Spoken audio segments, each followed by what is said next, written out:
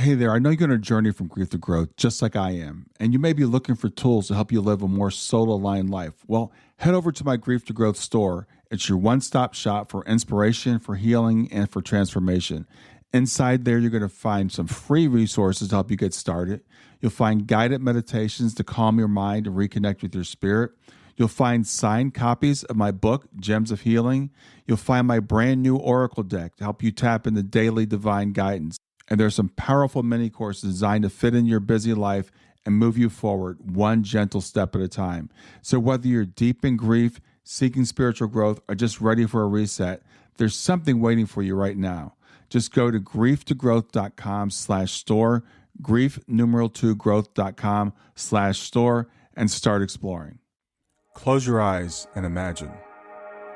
What if the things in life that cause us the greatest pain, the things that bring us grief, are challenges? Challenges designed to help us grow, to ultimately become what we were always meant to be. We feel like we've been buried, but what if, like a seed, we've been planted? And having been planted, we grow to become a mighty tree. Now, open your eyes. Open your eyes to this way of viewing life. Come with me as we explore your true, infinite, eternal nature. This is Grief to Growth, and I am your host, Brian Smith. Hey there, I'm Brian Smith, and I welcome you to Grief to Growth. And whether this is your first time joining me, you've been on this journey with me for a while, I'm grateful that you're here. This podcast is about navigating life's most difficult challenges and seeking to understand the deeper questions of our experience. Who are we? Why are we here? What happens when we die? My goal is to help you grow through grief and come out stronger on the other side. And today I'm honored to welcome Michael Reed. Michael is the author of the powerful book, The Million Stages of Grief. Michael's story is one of almost unimaginable loss. He lost his wife and daughters in the tragic 2016 Gatlinburg fires. But from that devastating moment, Michael's emerged with a message of honesty, of resilience, and of hope.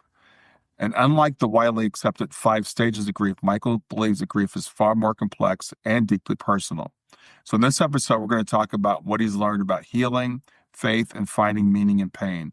We'll also discuss how breaking the silence around grief can help others heal, why we need to let go of timelines and expectations when it comes to mourning, and how faith can become both a refuge and a challenge during life's darkest seasons. Michael's become a voice for those who are often left to suffer in silence. His work through speaking, writing, and building community has touched countless lives, and today he brings that same compassion and insight into our conversation. So whether you're grieving a loss yourself, whether you're walking along someone who's experienced a loss, or you're trying to understand the role that pain plays in our growth, I hope this episode speaks to you. And don't forget, after the episode, join us on my Substack at grieftogrowth.substack.com, and we'll carry on the conversation there. So with that, I'd like to welcome Michael Reed. Good morning. How are you? Good to have you here, Michael. First of Grateful to all, be I here. want to say I'm so sorry for your loss. But tell me about your wife and tell me about your daughters. First, I want to say I'm sorry for your loss as well. We belong to a club that nobody should ever belong to, and we'll talk about that more here in a little bit. Sure. My wife is forever 34. Her name is Constance. We met randomly one night. She was my neighbor, and I didn't know it. And she needed to borrow a phone, and there was a knock on my door. And the second I opened the door, I just knew. I can't explain it. I didn't even know her name yet. I knew that was the one. So I invited her in, and we spent like half the night talking. And then the next night she came over, and I made her my awesome spaghetti, thinking that could win her over. It didn't, because I'm not that good of a cook. But we were inseparable ever since. And she was my best friend. Blessed me with 3 of the most amazing children you could ever ask for. My son is now 24. He's got a beard that's bigger than me. It's amazing how quickly they grow up. I'm proud of him. He's a good kid. He's got a great heart. Um, and then there's my girls. Chloe is forever 12, and Lily is forever 9. Mm. Um, Chloe,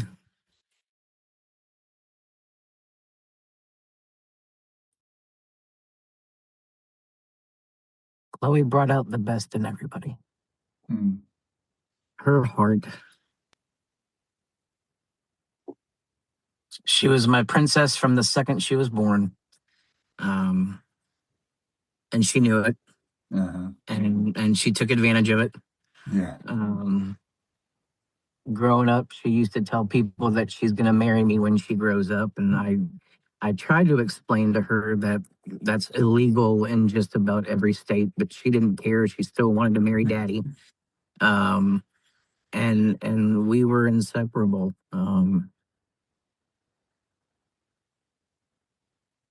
I didn't find this out until after the fires, but she was in school one day, and her teacher just made the comment to the class that she was having a hard day, having a bad day. And the next day, Chloe came into class and said, "This is my favorite ladybug stuffed animal. And I know you were having a bad day, so I want you to have it." Wow. And she gave it to her. And that was right before the fires, because after the fires, that teacher found me and gave me that ladybug back. Wow. And that's all I have of Chloe. And Lily, you want to talk about sass? She had that perfect hand on the hip. She had the perfect snap of her fingers. She was a diva through and through. And oh, she kept us on our toes. She would get up in the morning and get dressed for school in something that she knew darn well I would never let her wear to school. And she'd come waltzing out of the bedroom like, "What do you think, Daddy?" And I'm like, "Turn right around and put some normal clothes on." And she'd just laugh and laugh and laugh and then go back in and change her clothes. And, um, it's easy to say that they were my world, but the truth is they still are my world. Um, the people that we lose never leave us. And it's been almost 9 years since the fires. And I've learned a lot of lessons along the way. And that was my reason for writing the book, was because we don't talk about grief enough, especially men. Um, and there's no shame in crying. There's no shame in being sad. There's no shame in being broken. And I think it's almost taboo to talk about it. And I found through my journey that I have to talk about it or I'm going to die. I was suicidal for years. The only thing that stopped me was my son. Um, there was just so much built up in my head that it was like a pressure cooker. And I didn't know how to release any of that tension other than to start writing down my feelings. Wow. So one day I got up and I grabbed my phone and I just went to my notes section and I just started writing down how I felt that day. And I put the date at the top and I saved it. So that 6 months from then I could go back and read it again and say, okay, this is how I felt on this day. Have I made any progress yet? Mm-hmm. And 9 times out of 10, it was no. Oh, wow. Um, so one day I just posted one of those things on Facebook. I just needed to kind of get it out. And the response was overwhelming. The one line that I hear the most from people is, "That's exactly how I felt. I just didn't know how to put it into words." Yeah. And that's kind of what started my journey towards the book. Um, but in 2023,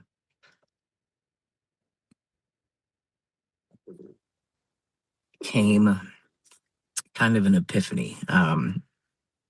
The anniversary of the fires is November 28th, and every November I crash. It's not just a crash on the day of the anniversary, it's a crash for the entire month. Mm-hmm. Um, I still have horrible PTSD. I still have horrible triggers of the leaves falling and the wind blowing and the trees swaying. And Mm. all of that is happening in November. And I know that date of the 28th is coming soon. And in 2023, I ended up in the hospital. And I thought for sure I was having a heart attack. And I laid there for hours. Um, and I'll never forget it. The doctor walked in the room and he sat down next to me and he held my hand and he said, "Your heart's fine." And I realized, well, my heart is fine, it's broken. Yeah. And that was my wake up call. Um, on the anniversary of the fires that year, I went to the memorial. I always lay out flowers and I always lay out a little gift for the girls. Um, and I had a long talk with them. And I said, I have got to do something to change what this date on the calendar means. Because Mm. if I have to go through another year of this torture, I'm not going to make it. Wow. And I sat down and I closed my eyes, and I'll get into this part later, but they come to me as different things. My wife comes to me as a butterfly. She had a butterfly tattoo on her chest. Chloe comes to me as a ladybug. Ironic that the stuffed animal of the ladybug is what I've got, but that was her nickname since birth. Oh. Um, the first outfit I ever picked out for her was a little ladybug onesie. And then while Constance was in labor, there was actually a ladybug on the ceiling. So we always called Chloe Ladybug. And Lily comes to me as an owl. So I'm sitting there at the memorial and I closed my eyes for a minute and I opened them. And as soon as I opened them, a butterfly flew right past my face. And I knew they were listening. And so I closed my eyes again, and I swear to you, in the breeze, I heard Chloe say to me, "Daddy, it's time to do the work." Mm. And she was right. I, for the first 2 years after the fire, I didn't even function. I did absolutely, I was just catatonic. The first 6 months after the fire, I don't even remember anything at all. Um, And as time passed, I started to remember more and more of the trauma and everything. And she was right. I needed to start doing the work. Mm. We never move on, but we have to move forward. Yeah. And I spent all those years in the darkness because I thought that was the only way I could keep them close to me. And what I realized that day was to keep them close to me, I had to step out of the darkness. Wow. So I wiped my tears. I went home that day and I enrolled in college. How can I help other people with their pain if I don't understand my own? So I'm now a junior at GCU getting a degree in behavioral science.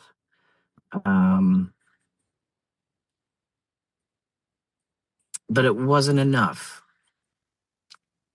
For years, people asked me to write a book.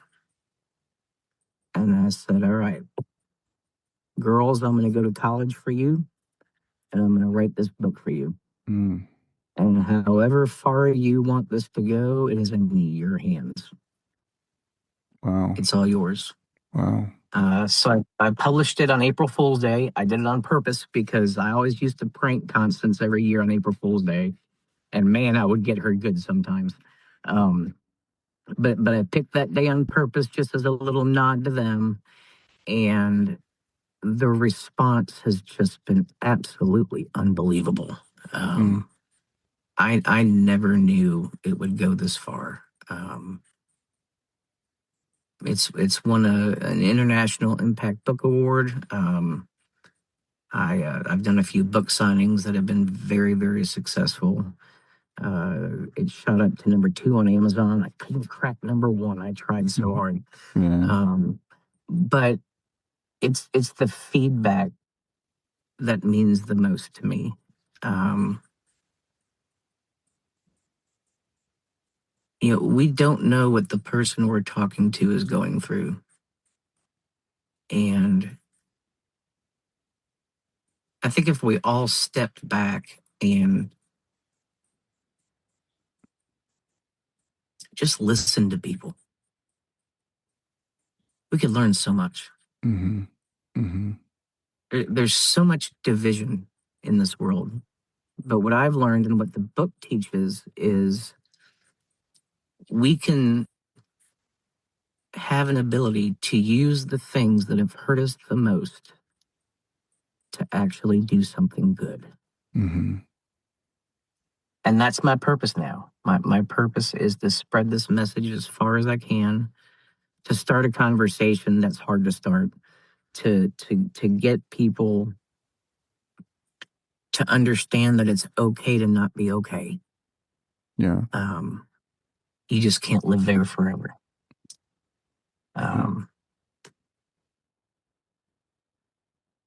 So that's how it all began.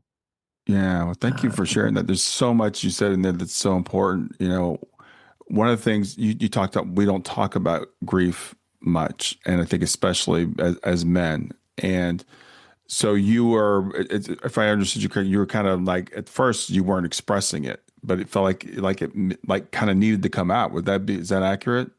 I held it in for years. And it was almost honestly like an out of sight, out of mind type of thing. Like if I Mm-hmm. didn't have to talk about it, maybe they're still here and maybe it was just a nightmare. Hmm. Um, and just one day I woke up and I'm like, I I want to talk about them because they're everything to me. Yeah. Um, so yeah, I used to be afraid of breaking down if I would talk about them. And now it's if I don't talk about them, I break down. I Yeah. mean, they are right here in my heart. They are all around me. Um, they're still guiding me. They're still pushing me. Um,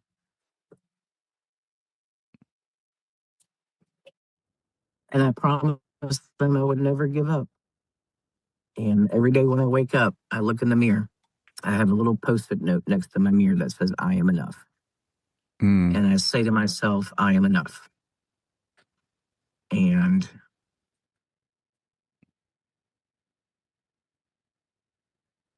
grief. And another thing that people say to me a lot is, "I could never understand your loss," and I cut them off right there. That's not true. Um, and this is a big part of the book too. Um, I'm not going to use you as an example because you lost your daughter, but anybody out there listening, if you've lost a pet in your life, and that's the only grief you've ever experienced in your life, I'm great that that's the only grief you've ever had. Right. But it's the same. It doesn't matter who or when or how or what. Grief is grief. And the tears that you shed when you lost your favorite animal are the same exact tears that I cry today for my wife and my daughters. Mm-hmm.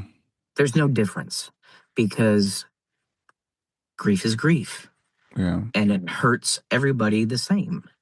The anxiety and the nauseousness in your stomach and the holding back the tears. I do all of that too.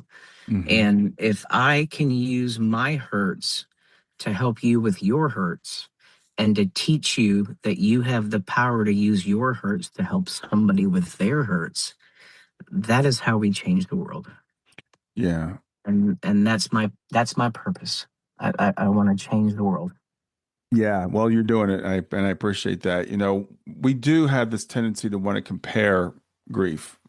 Sometimes we think ours is worse. Sometimes we think someone else is worse. And I love what you said because I have people that come to me that have lost pets, and they're almost ashamed because they're like, "Well, it Yes. was it was just a cat or it was just a dog," and I'm like, "No, it's the same thing." I made a mistake one time. I was on an interview and I was talking to someone. I said, losing a child like the worst thing ever. And the woman I was interviewing me said, I've lost a child and I've lost my husband. I can tell you that, you can't say losing a child is worse. But when we lose someone so close to us, someone that lives with us, our child, our spouse, we have to find something to hold on to. And I think I heard you say it was for you, it was your son. Because for me, at first, when I lost my dad, I did not want to be here. So I had to find Yeah. something else to live for. Was that your experience also? Oh, absolutely. For the first several months, I was in a lot of denial. I truly believed they were on vacation. I don't know Mm, where that came. I don't know where that came from. I have no idea. But I was absolutely convinced they were on vacation, and our home was still there. And all I had to do was drive home, and they'd be there waiting for me. And mm, um, I very rarely go to Gatlinburg just because of the trauma that I still have from that night. But one day I drove to where my house was, hoping it would still be there. sure. And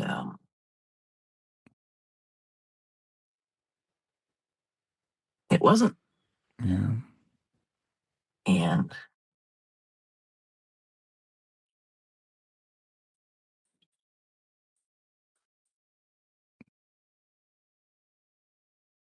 Well, that's the thing about grief is it does take time, I love you talk about a million stages of grief. This thing about five stages of grief, I don't even have to ask you how you feel about that. I think it's pretty clear.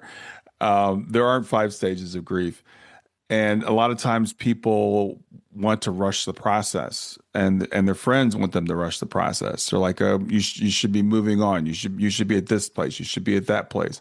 And I appreciate you telling this arc. It took you years and it's, to integrate this and the brain at first says, no, this can't be true. I would wake up in the morning and think, is this real? Is this really my life? the original 5 stages of grief were designed for people that were terminally ill. Hmm. If you know you're dying, what stages do you go through? And when you look at it that way, it makes complete sense. The first Hmm. thing I would think is, nope, this is not going to happen to me. And then when you realize it's going to happen to me, you get angry about it. And then you're like, all right, God, there's got to be a way we can get through this. Let's make a deal somehow. And then you get through the depression part, and then you accept that there's nothing that can be done. Hmm. That is an excellent model for somebody that is experiencing the final stages of their life. But it is completely irrelevant to when you lose someone. Yeah. And I'm not trying to change the science. I'm just trying to get people to look at it differently.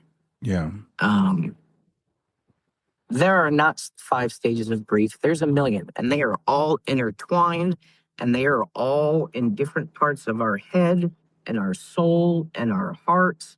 And one day this side could pull on you, and one day this side could pull on you. And there's got to be something out there that can help make sense of it.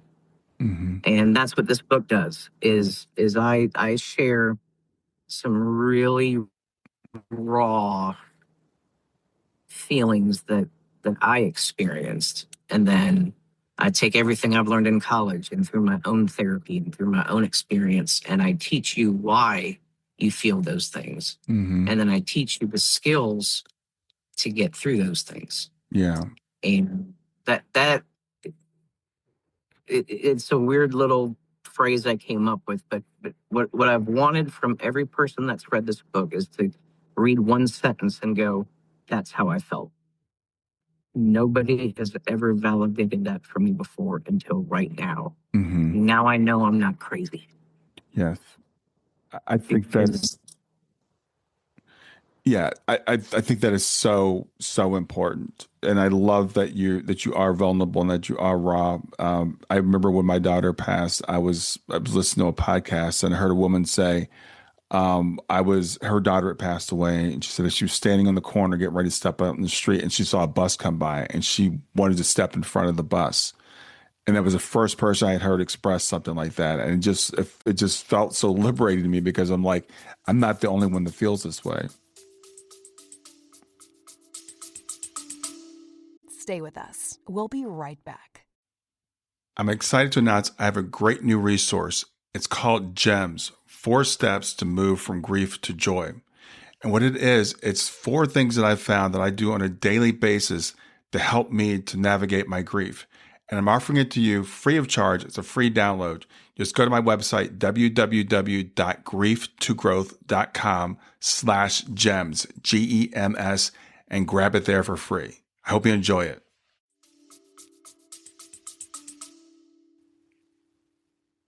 And it's, God, there's endless scenarios. Um,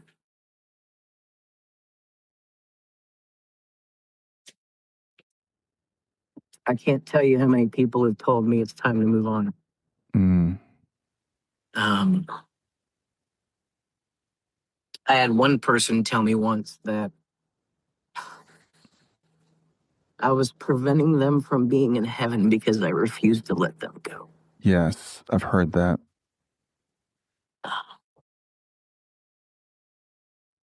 And I believe people mean well, but I think a lot of times people just don't know what to say. And when they don't know what to say, they say the wrong things. Yeah. Yeah. And It's funny you mentioned that because I won't out anybody, but somebody who's really well respected in terms of like afterlife stuff, and just recently put out a video talking about when children pass away. And one of the things he repeated in this video is that we can hold them back from their progression if we hold on to them too much. And that's just to me, I it just bothers me in so many different ways, right? I mean, like we first of all we couldn't hold them here, so why would that be true? And secondly, it just puts guilt on top of you, who does want to let yes, their children go, especially when they're minors. and I can prove that he's wrong. Um, I told you earlier that they come to me in different forms. Right. Lily comes to me as an owl, and she's the strongest sign that I get. Mm, Um, and it was about maybe 5 years ago. Um, I was outside on the porch, and I look up, and there's an owl staring at me, mm, and it stared at me for 15 minutes.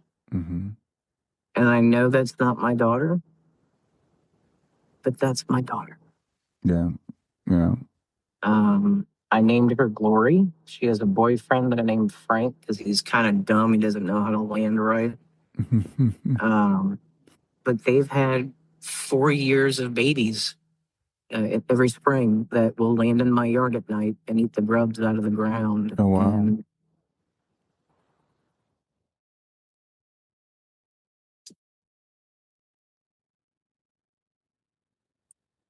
what I didn't realize and what I finally have come to in the last year or so is I've believed all along that those signs were them. Um. They were God using them to remind me that He's still here. Mm-hmm. And my battle with God has been a long one. I've cursed Him. I've yelled at Him. I completely lost my faith for many years. I haven't stepped foot in church since the memorial service. Um, but I was so angry at Him for so long because He knew this was going to happen. Mm, He knew when they were born this was going to happen. And that's not fair. mm, Um,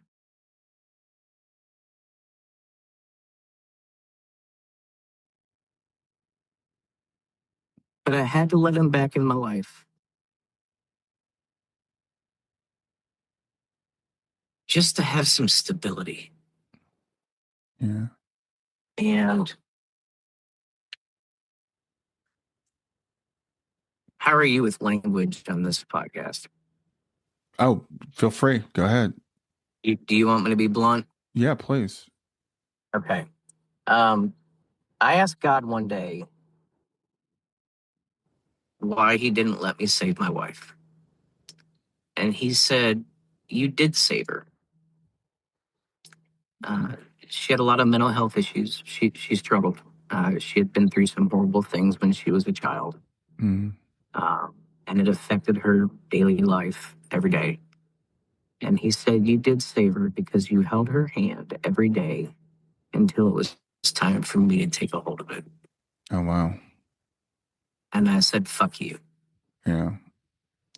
Why didn't you let me save my girls? And he said, your wife's biggest fear was being alone. So now she never has to be alone again. Mm. And I said, fuck you again. And I completely turned my back on God for years. Mm. Yeah.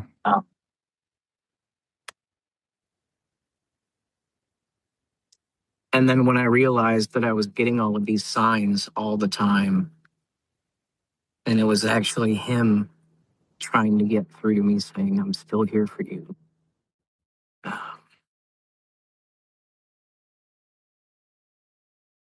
And it came to me as one sentence. There's a purpose for your pain. You have to do the work to fulfill that purpose.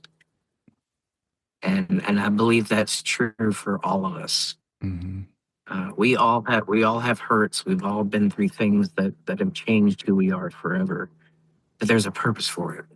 We were not born on this earth to suffer our entire lives and then die in misery. We have to take the things that we've been through and do something good about it, and Mm-hmm. leave our mark, and do our best to leave this world better than it was when we were here. And this is just my little way of doing it. Yeah. You know, So where are you on your faith journey now?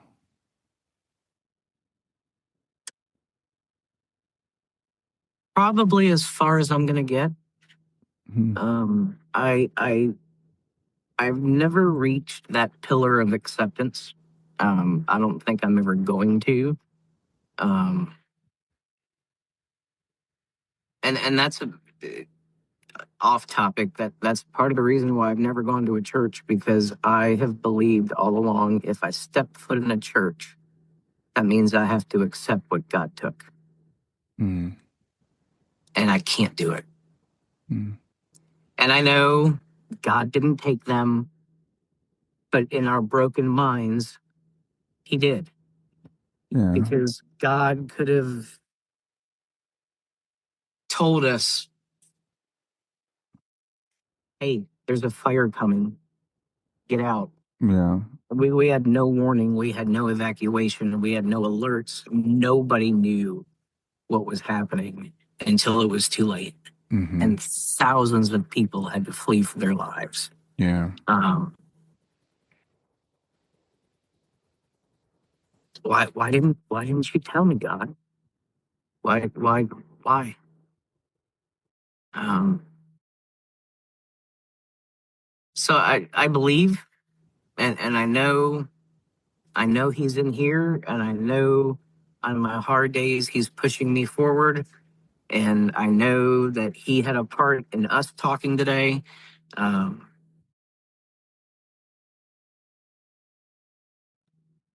so I'd say my faith has grown a lot since day one. Mm-hmm. Um, but I'm not a Bible thumper. Yeah. You know, I believe being a Christian is doing the right thing when nobody's looking, Mm. and it's that simple. Yeah. And that's how I live my life. And I think God's okay with that. Yeah.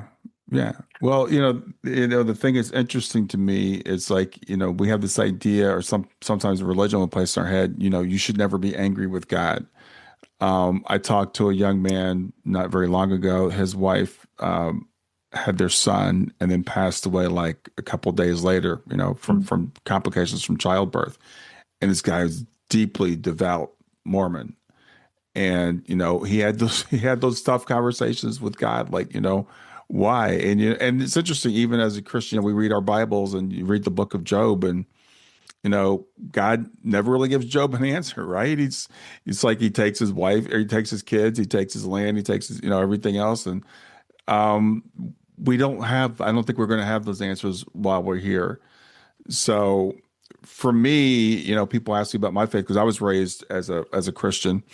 Um, and I'm like, my faith is actually stronger than ever, but I don't believe in like bad things don't happen because obviously they do. What my thing is like, I just don't understand why. I don't understand why, but I believe there's a reason. Kind of like I think what you're saying, and you've taken this terrible, terrible thing that most of us can't imagine anything worse, and you said, I'm going to turn this into something with purpose. And I'm looking at your certificates and your things behind you, and you're in college and you're teaching and you're reaching people. So you've taken this and you've transformed it into something that's helping a lot of people. I want to make them proud. Yeah, yeah, And I know, I know they're smiling down. I know they're holding me. I know they're guiding me every step of the way. And that actually brings me peace. mm-hmm. And I've said this for a long time too. I believe that I'm actually closer to them now than I ever was when they were on this earth. Yeah, Because all I got to do is close my eyes and I see them. mm-hmm. All I got to do is say, "Hey, Chloe, are you there?" And she's here. Um,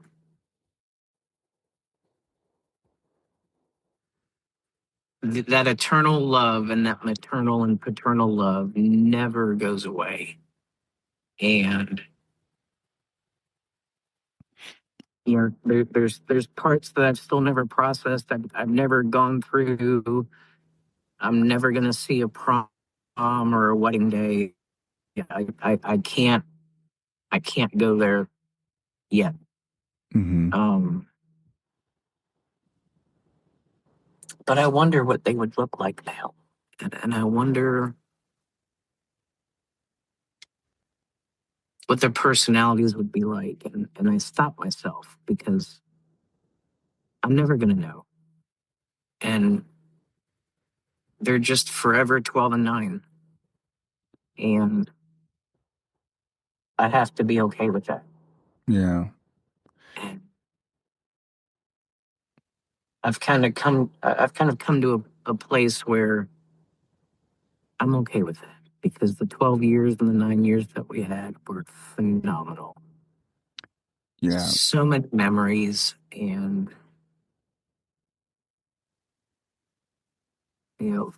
Chloe woke up one day and told me that she's going to move to England because she wants to marry the head singer of One Direction. And I tried to explain to her, well, I think she was 10 when she talked about this. I'm like, you're kind of 10 years old and he's kind of a grown up. She's like, I want to move over here. Uh, those are the moments that I hold closest. And I can't make up scenarios that might have happened if they were still here. I can only hold on to the memories that I have from when they were still here. And it's those moments that used to make me cry, but now they make me smile. yeah. I can tell that you've gotten to that point. Well, I asked you the question at the very beginning. Tell me about your wife and your daughters, and your face as you were telling, and your expressions. They were like you said, they're right there with you.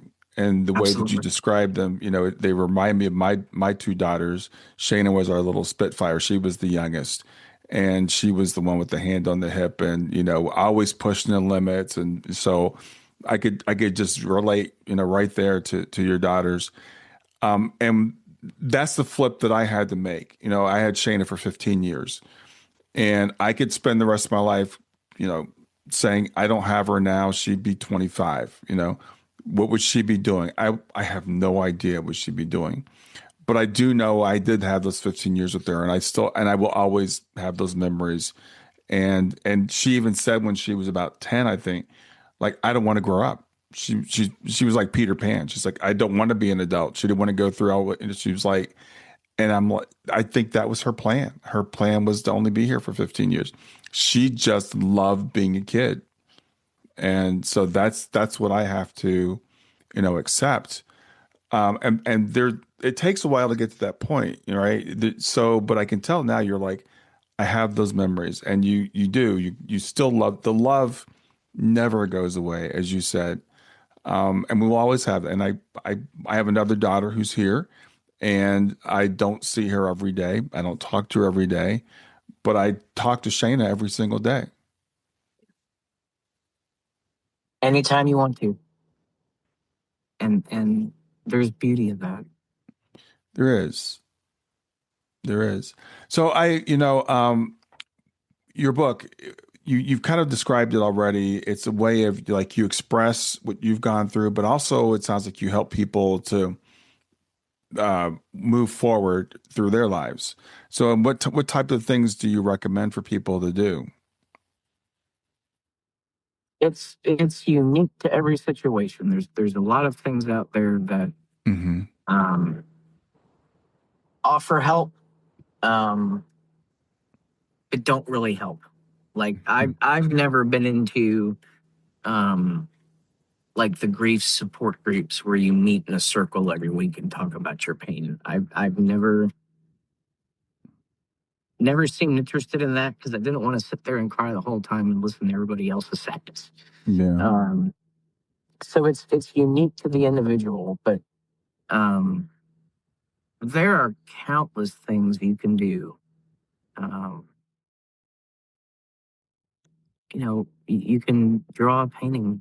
You can um, journaling is helpful. Go on a vacation where your lost loved one always wanted to go, and do it with them. Hmm. Yeah. Talk more about that. Uh,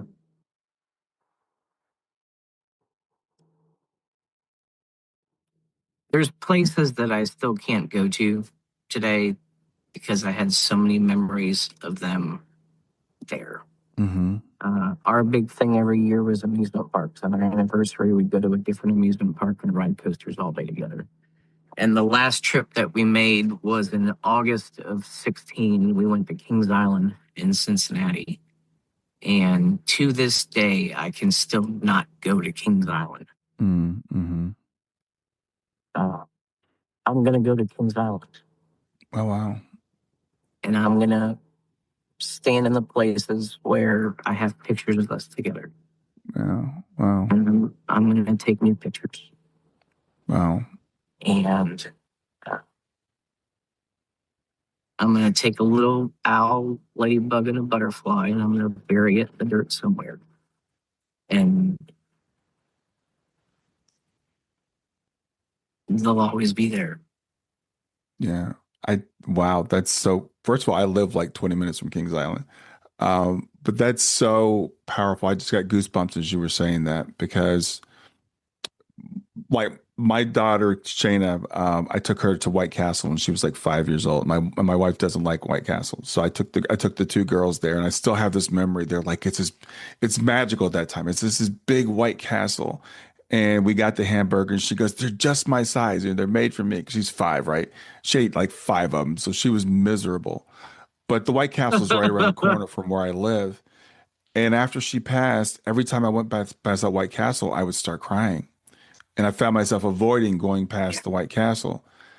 And then it took a while, but then eventually now I go to the White Castle and I'm like, this is where we had that special memory. This is where we had that moment, you know. So it's if I changed it or it changed for me.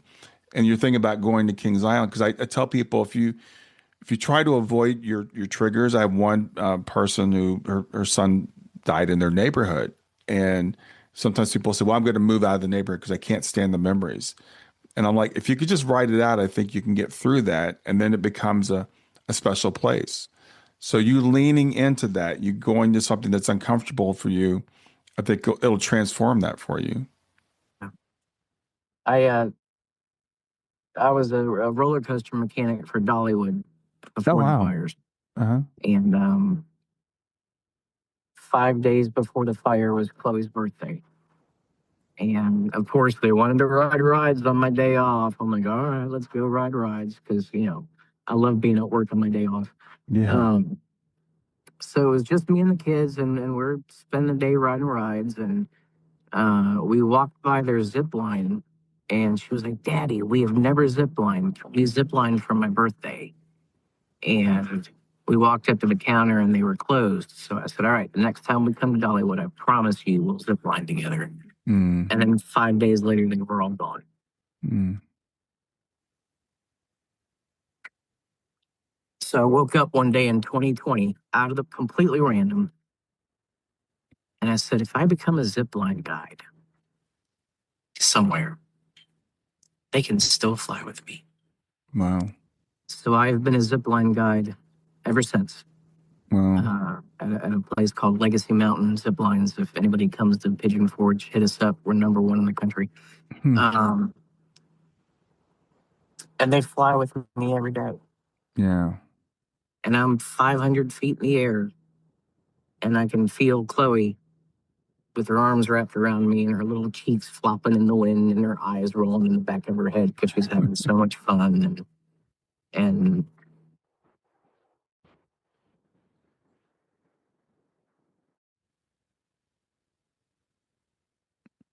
we can find things to do in our lives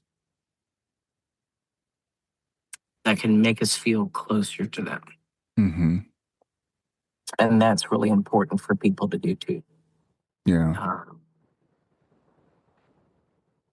Our loved ones don't want us to cry. They don't want us to live in fear. They don't want us to be sad and miserable. They want us to live, and they want us to laugh, and they want us to love. And it took a long time, and I'm sure it did for you too, to get to that place. But even if you've lost, it's okay to smile. Mm-hmm.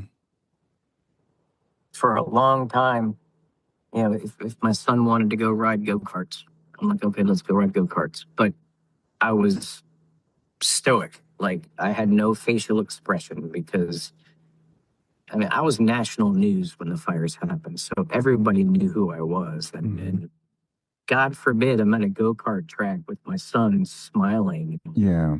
Oh my gosh, there's the man who lost his family and he's smiling and having fun. And no, I'm not. Yeah.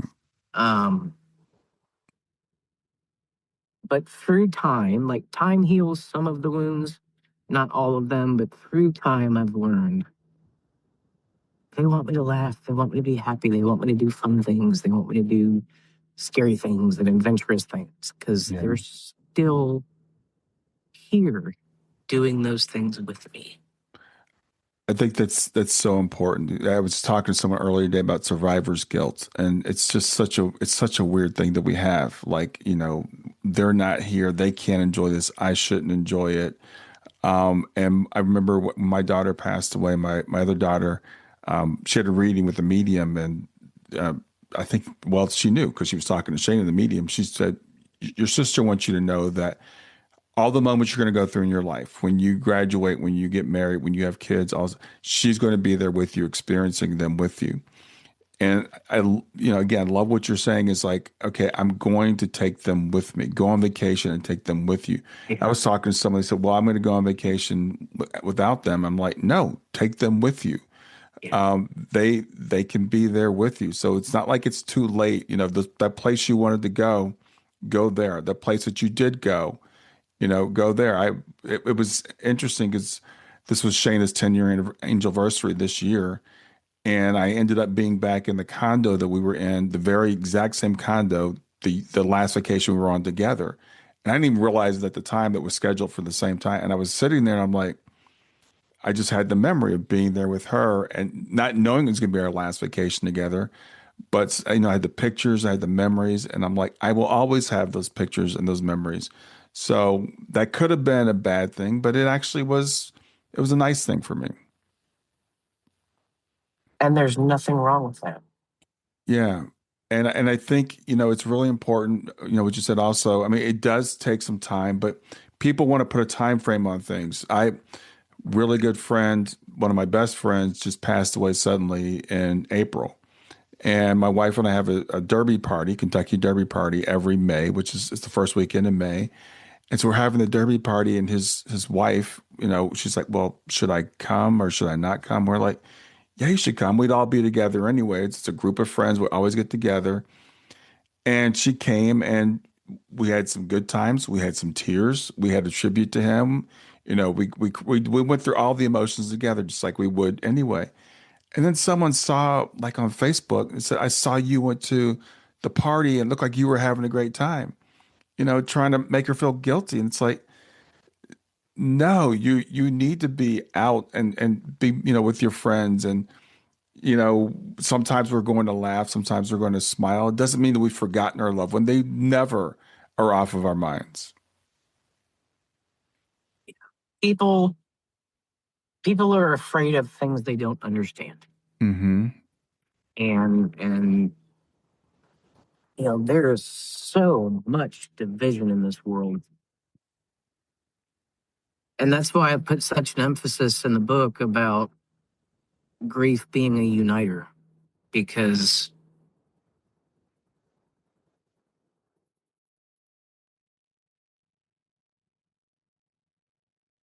everybody has to have somebody. Everybody. Mm-hmm. And during the darkest parts of grief, the isolation that you feel is crippling. Yes. And then you talk about, a little bit of the survivor's guilt. It's weird how you've gone through this tragedy, but then everybody around you moves on. Mm-hmm. And I compare it to a newspaper. Um, every morning I get up, I go on my porch, I pick up my newspaper, and I open up the headline, and the headline says Gatlinburg wildfire. Mm-hmm. And it's been the same headline for 9 years. Mm-hmm. And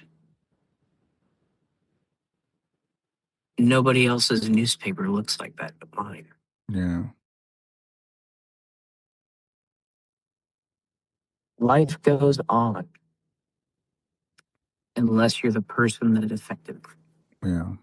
Yeah. And I would get not really angry, but I would get frustrated because I would believe that, oh my God, the whole world's forgotten them.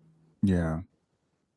And no, why? And then I'll just get a random message. I got a message on TikTok the other day. I have no idea who this person was, but they just, I want you to know I have prayed for you for years. I've never forgotten your girls. Mm-hmm. I just got your book and it's amazing. Thank you, thank you, thank you. And just that little comment right there reminded me they're never forgotten. Yeah. Your daughter's never forgotten. Yeah. Yeah, that is one of the fears that we have, and one of the things I love about doing what I do is, I think we all kind of have that fear that they're going to be forgotten. It's one of those human things, I guess. And I get to talk to people. I was talking to a woman the other day. Her brother passed away. He was 15. This was like 20 years ago, sophomore in high school. She was a freshman in college. And she's since started a jewelry company, a memorial jewelry company on his behalf. And it's named after her brother. And I said, when he passed away 20 years ago as a junior in high school, did you ever believe, could you have believed that he was going to have this kind of impact? And now there's this company named after him and everything. And she goes, yeah, I'm sure he's just laughing. And like, I'm still a big part of your life, right? So we have this fear that they're going to fade away, but it's actually quite the opposite. And my daughter, again, it's been 10 years and she was 15 when she passed. And I thought, well, her friends, they were 15, it's been 10 years. They're not going to really think about Shayna, remember Shayna. And they all do. They all talk about her all the time. So your girls, your wife, they're still having an impact. Part of it is through you, through the work that you're doing. Um, and that's the thing. You've taken that, like I love what you said about like they're with you, they're guiding you. I look at it like we're a team. I just happen to be the team member that's in the game right now. But they're still there. They're still guiding us. They're still arranging things for us, and all we have to do is just reach out to them. Yeah. And the beauty of the hurt is that we can reach out to them anytime we want to. Yeah. Yeah. So there is something, we lose that physical connection, which we all want because we're physical beings. But if we allow it to happen, and again, this things we're talking about, I want to remind people, for you, it's been 9 years, and it sounds like it took you several years to integrate this experience. It takes us a while to get there. People think I should be there by now, right? It's been a year, it's been 2 years. It's like I just kind of smile and say, no, you're still really early. It's a years long process, but we can get there. There is no timetable, and that's where I think the illusion of the 5 stages of grief kind of confuses people because they think it's just this linear process. All right, I'm going to go through A, B, C, D, and E, and then I'm going to be fine. Right. And that's not how it works. Right. And um, I don't care how long it takes you. There's still things I'm going to grieve the rest of my life that I know I'm never going to be able to process and never be able to understand. Mm-hmm. I've never processed losing our home. I've never processed the pets that we lost that night. I can never get past just losing them. Mm-hmm. And I may spend the rest of my life never fully, completely realizing that we lost every possession we had. Mm-hmm. Thank God for Facebook. The only pictures I have are my Facebook pictures. Yeah. Everything else is gone. Yeah.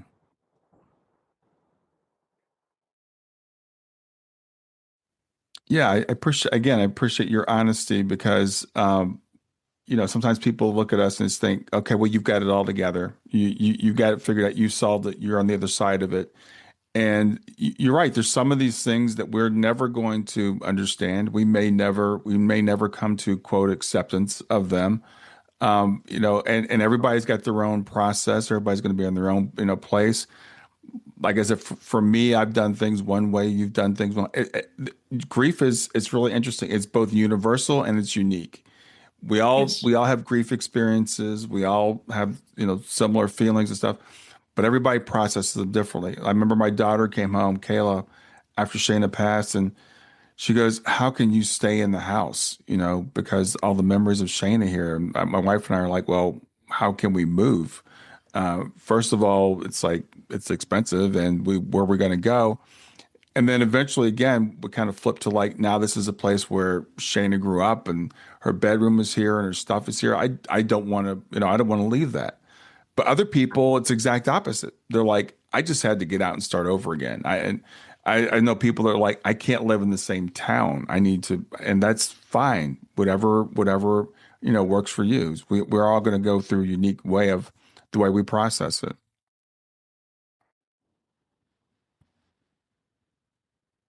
And I've always wondered, if if it wasn't a wildfire, if it was, a horrific car accident. I mean, she didn't drive, but if three of them were lost in a car accident, Mm-hmm. I don't know if I'd be able to be in my home without them there. Um, and I've always wondered if it was different circumstances, would I be able to do it? And then finally one day I was like, why am I doing this to myself? 'Cause Right. that's Right. not what happened, and there's nothing I can do about it. So why torture myself? Yeah. Yeah, the human, it's interesting the things that we torment ourselves with because Shayna had a friend, Victoria, who was like a year older than Shayna. But they were on the same volleyball team, and Victoria had a brain tumor. So she died slowly over a period, I guess, of a couple of years. So we knew she was, terminal. And so Shayna passed in June, Victoria passed in December, right after Shayna, which of course Shayna's was sudden. We had no idea it was coming. And then you sit there and you play these games yourself. Well, which is worse? Is it worse to lose them suddenly and unexpectedly, or is it worse to have them, get a terminal illness? And I'm like, why? Why am I going through that? I think it's our brain's way of just trying to make sense of our grief. Yeah. Like, you know, I I always overanalyze things, and I try to, you know, make everything make sense. And Mm-hmm. and there are just some things that happen in our lives that are never meant to make sense and are never meant to be wrapped up in a box with a little bow, and this is how it's going to happen. And um, I gave up on trying to make sense of it because I was doing nothing but hurting myself. Yeah. um, this is now uh, the start of the book talks about um, I died that night too. Mm. I lost three-quarters of my heart, Mm-hmm. and the three-quarters of my heart is still empty. Um, and I thought that loss was the end of my story, but I've now realized it was actually the beginning. Yes, I love that. I think it's so well And put. that's that's what I'm trying to do. Yeah. And I feel guilty because it's taken me so long. And we feel guilty way more than we should after a loss. Um, I felt guilty that it's taken me 9 years to get to this place. Why couldn't I have done this 5 years ago? Yeah. Maybe it would have had more of an impact. And, we have to give ourselves grace. It just, in your grief, you are never doing anything wrong. Mm-hmm. Don't ever think that you are. Yep. I yeah. Um, Yeah, I think wherever you are, I tell people wherever you are on your grief journey, it's right where you're supposed to be. There is no timeline, and no, as you said so well, and we beat ourselves up for not moving faster. It's like why is fast important? Um, it takes time. And you mentioned earlier time healing wounds, and I tell people time doesn't heal all wounds. Time allows us to heal our wounds, allows that to yes, happen. But we have to do the work as you've done, and every relationship is different, every person is different, every circumstance is different. It's going to take some of us longer to get to certain points than other. And we're going to have parts of our grief that we might call unhealed, from a human perspective. And that's okay. That there's something about the mystery of life. You said we tend to overanalyze. I'm one of those people too. How does this work? Why does this work? And one of my lessons in life, I think, is learning you're not going to know everything. You're not even capable of never knowing everything. It's kind of going back to Job when God is talking to Job, and he basically says to him, I couldn't even explain it to you if I tried because you can't understand it. Yeah. And just being that has freed me up from a lot because I'm like, I don't have to understand it. I have to deal with what's here and move forward, which is exactly what you're doing. I, uh, Job, that's really what it feels like. Mm-hmm. It's felt like that for a long time, and people have told me that over the years. And I'm nothing special. I'm just a dad who loves his daughters and a husband who loves his wife, and um, I don't know why me. Um, but what I do know is it had to be me. Mm-hmm. Well, that's the other, one of the other paradoxes. We're all the same, but we're also all special. We're Yeah. all nobody else has your story. Nobody else could tell the story the way you're telling it. You are something special. You're an inspiration. You're an example of the way to walk this journey of what's possible. And people watching this that are in early grief, I say to them, be patient because you're not going to be there next week or next month, but you can get there. And also to do the work, to have your grief witnessed, that feeling, that drive you had, I need to get this out. That's extremely important, when we're in grief.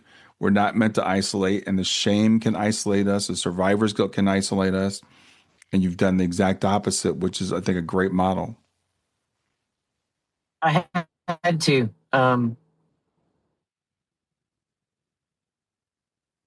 If I didn't do it this way, I wouldn't be here. Yeah. It was just too much weight that I carried with me Mm-hmm. all the time.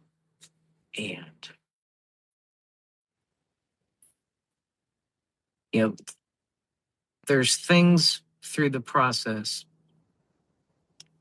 that we have to let go of. And I talk about that a lot too. Mm. And uh, my biggest one was anger. Um, I used to go to the grocery store and I'd see a dad holding his daughter's hand, and I hated that guy Mm. because his daughter's here and mine's not. Mm. I Mm. didn't know him. He could have been the Pope for all I would have known. Yeah. And I would go to work and see a couple that just got married that are still holding hands because they love each other because they've been married only 2 days. Mm-hmm. And I hated him because he had his wife and I don't. Mm-hmm.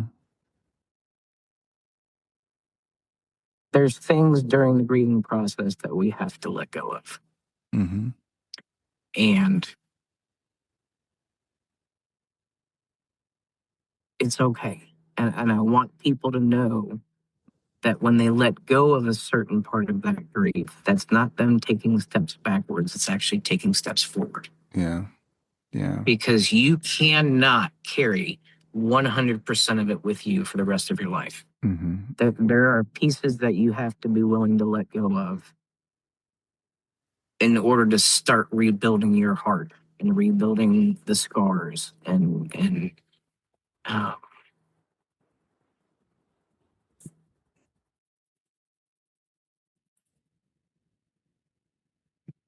and then the guilt associated with letting some of those things go can suck it right back into your life again. Yeah. And You gotta avoid that trap. yeah, Yeah. just allow yourself grace and patience.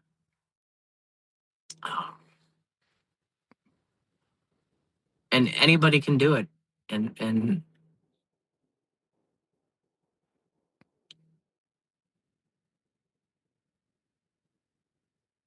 grief isn't a sign of loss. Grief is a sign of love. Absolutely. And I think the more that we grieve, is just a reminder of how much we loved what we lost. Yeah.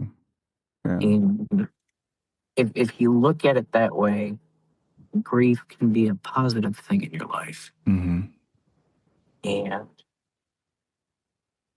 it doesn't have to define you, but it can become a part of you. Yeah. And I live every day for my girls. Every day. That's awesome. And it's so awesome. Michael, we're coming to the end of our time. I've really enjoyed having this conversation with you. Remind people of the name of your book, and if people can reach out to you, how can they contact you? The book is called The Million Stages of Grief. It's available on Amazon.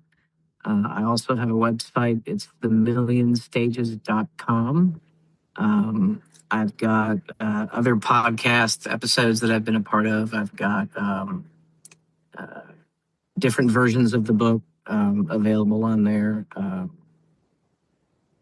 There's also a contact section on the bottom where I would love, and it's been great reading some of these. I would love people to reach out and share their stories. Yeah. Completely confidential. No, I'll never speak anybody's name or anything like that. But we have to talk about our hurts, and sometimes just writing it down and getting it off your chest helps. So it's been great to read where people are in their journeys and how the book has helped them. And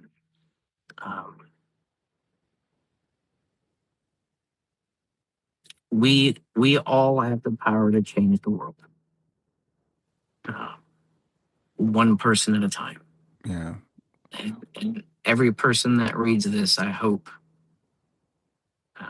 gets something out of it that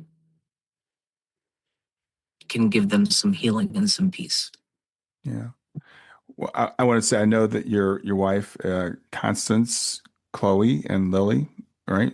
I know they're proud of you. I know they're here with you. I know they're guiding you. Your love for them just comes through abundantly. So keep doing what you're doing. I will do my best. I promise. Yeah. All right. Have a great rest of your day. You too, sir. Thank you so much for having me. Have you ever wished for gentle guidance or comforting word exactly when you need it most? Well, I've created my Love Lives On Oracle deck just for that purpose. Now, this isn't a deck that's about predictions. It's about connection. Every card has been thoughtfully designed to guide you through life's toughest moments, to illuminate your path and help to remind you that you're never alone, that your loved ones are always there right beside you. So whether you're seeking clarity, comfort, or a loving message from beyond, each card is here to speak directly to your soul. And along with the deck comes a downloadable PDF guide that you can use that will give you an affirmation for the day, something to reflect on, and even an activity to do to keep you connected to your loved one. So check out the Love Lives On Oracle deck today. You can get it at stan.store/grief to growth. Stan.store, STAN.store/grief, numeral 2, growth.